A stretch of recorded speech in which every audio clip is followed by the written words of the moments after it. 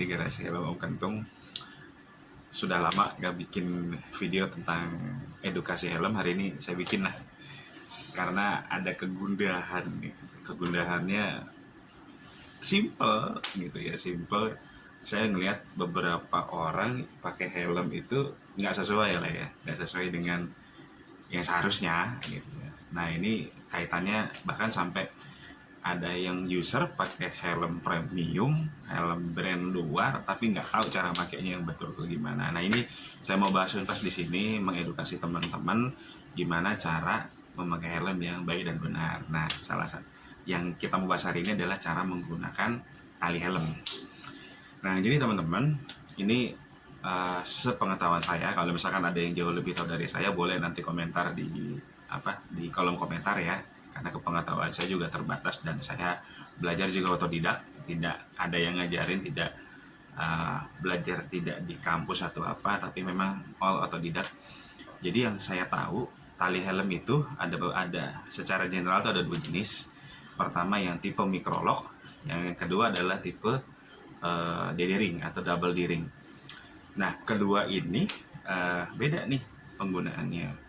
Kalau yang microlock rata-rata dipakai untuk helm-helm harian atau helm yang dipakai tiap hari, kayak misalnya dipakai ke sekolah, dipakai ke kantor, dipakai untuk ngojek atau apalah yang memang aktivitasnya lebih ke harian. Nah ada satu lagi helm tipe double D-ring. Nah double D-ring ini biasanya umumnya helmnya yang seperti ini dengan tali double D-ring ini dipakai khusus untuk race atau untuk balapan. Nah ini biasanya perbedaan ini, walaupun ada juga helm-helm harian yang menggunakan tipe double D-ring. Nah teman-teman, helm-helm yang microlock biasanya yang bisa kita bilang klik, yang ada klik-klikannya. Nah ini bentuknya seperti ini. Nah bentuknya seperti ini ya. Jadi nanti teman-teman ada besi yang seperti ini, nanti diklik seperti ini. Nah jadi ini helmnya sudah kencang. Ada juga yang model-model lain. Nah rata-rata microlock yang pokoknya ada bunyi ceklik aja dipakai. Nah itu yang tipenya microlock. Nah jenis microlock pun macam-macam. Nah sebetulnya dibilang microlock, kenapa dibilang microlock? Karena di dalam sini itu ada sistem penguncian kecil gitu ya. Nah, makanya disebutnya microlock. Nah fungsi penguncian itu sebagai mencegah supaya pada saat ya amit-amit kita jatuh gitu ya, supaya helm ini nggak lepas dari kepala kita. Nah itu fungsi tali sebetulnya yang utama adalah itu, mencegah helm itu lepas dari kepala kita pada saat kita amit-amit jatuh dari motor.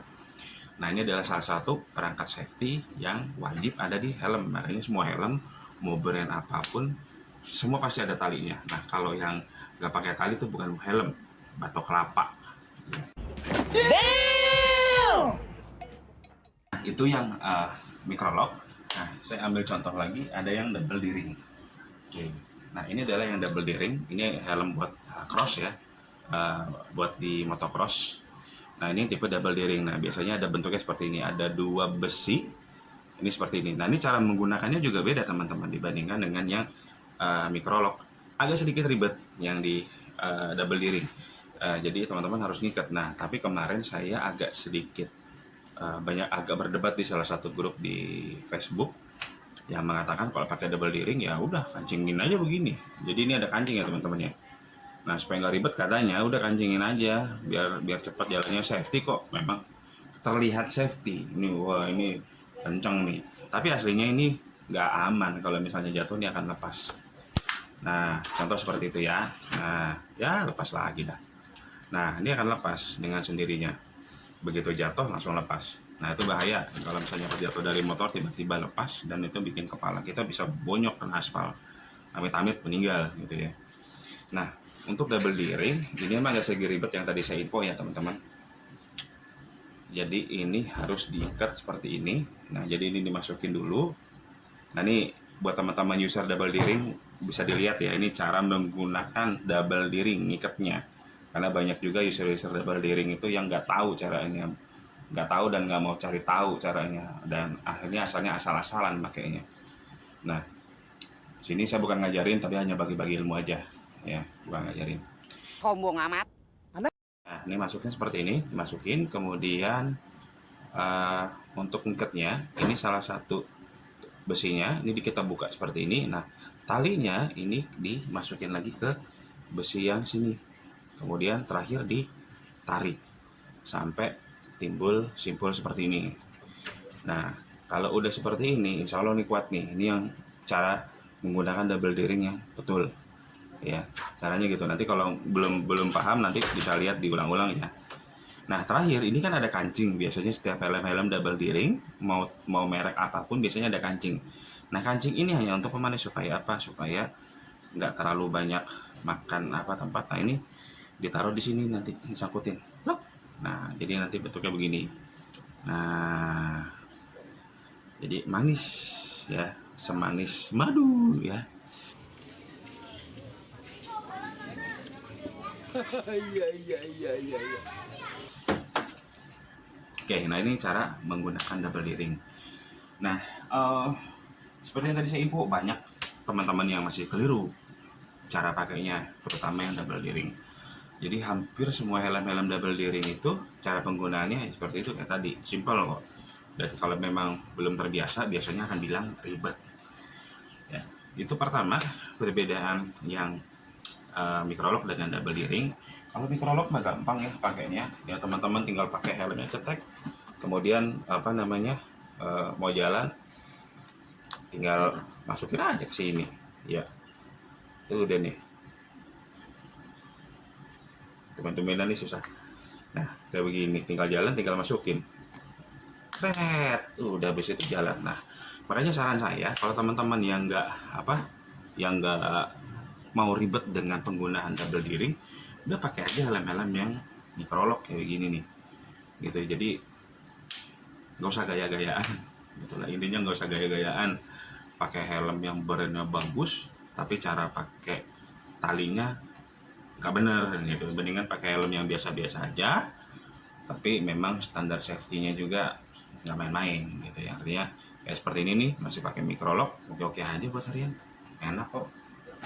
Ya, jadi jangan beli helm sampai 4 juta 5 juta, terus brandnya brand luar dan memang brand yang ternama, tapi nggak ngerti cara ngikut talinya. Nah, itu sayang banget. Mendingan sini kasih ke saya helmnya, biar saya rawatin, maksudnya canda ya, kalau dikasih boleh juga. Oke, nah kemudian cara menggunakannya. Nah, tali itu sebetulnya diciptakan sama pabrik helm itu bisa di-adjust atau bisa diatur panjang pendeknya, sama kayak kita pakai gesper. Nah, cara pakai yang bener ya teman-teman. Ini saya akan kasih unjuk. Ya, jadi cara yang pakai yang bener ini seperti ini. Jadi posisi tali dengan leher kita itu gapnya nggak boleh sampai jauh banget, sampai 2 jari atau sampai 3 jari, minimal ya sejari kita masih masuk lah, seperti ini. Kenapa sejari masuk? Karena supaya kita pas riding itu nggak terlalu kecekek gitu ya. Karena kalau kita riding kan, apalagi riding jarak jauh, nggak nyaman juga nih kalau tali sampai nyekek leher tuh nggak enak gitu rasanya. Jadi buat nafas juga nggak enak. Terlalu longgar juga nggak bagus, karena biasanya amit-amit kalau pada saat kita crash, biasanya helm itu akan seperti ini. Jadi helm itu akan ngangkat ke atas, dan ini akan ngedorong dagu kita ke atas.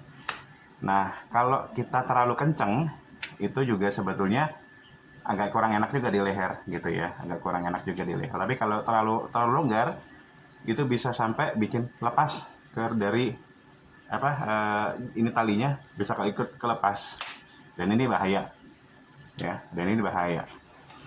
kalau kita crash di jalan, tali helmnya sampai kelepas dari kepala kita, dari kelana leher sini, kita sampai helmnya lepas, itu bahaya banget, bisa fatal. Saya nggak mau nunjukin videonya ya, karena sensitif video-video seperti itu. Nah, itu tadi 2 jenis jenis penggunaan tali helm. Nah, jadi buat teman-teman yang habis nonton video ini, jangan lupa kalau pakai helm, talinya juga dipakai, jangan digelewerin gitu aja. Alasannya ribet gitu, pengen cepet-cepet gitu ya. dekat kok gitu, cuman dari sini ke depan doang gitu ya, nggak jauh kok gitu kan.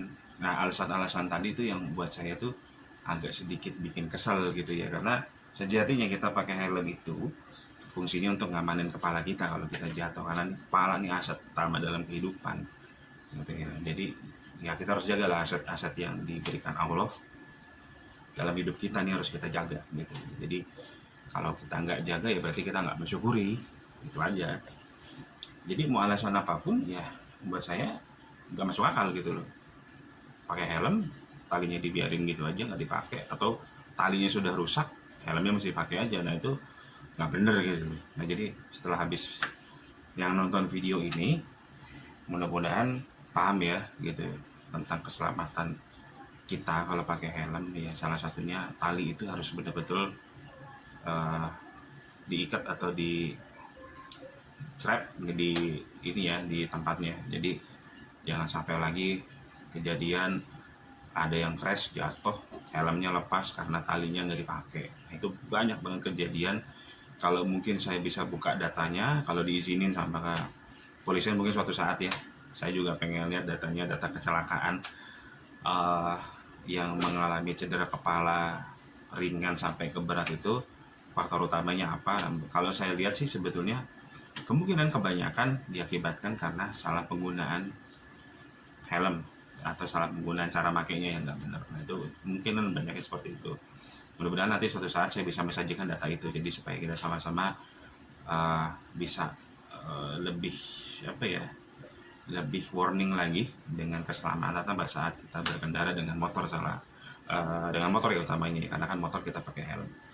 Nah jadi itu teman-teman, sedikit edukasi hari ini tentang helm, yaitu lebih ke tali di helm. Nah pesan saya,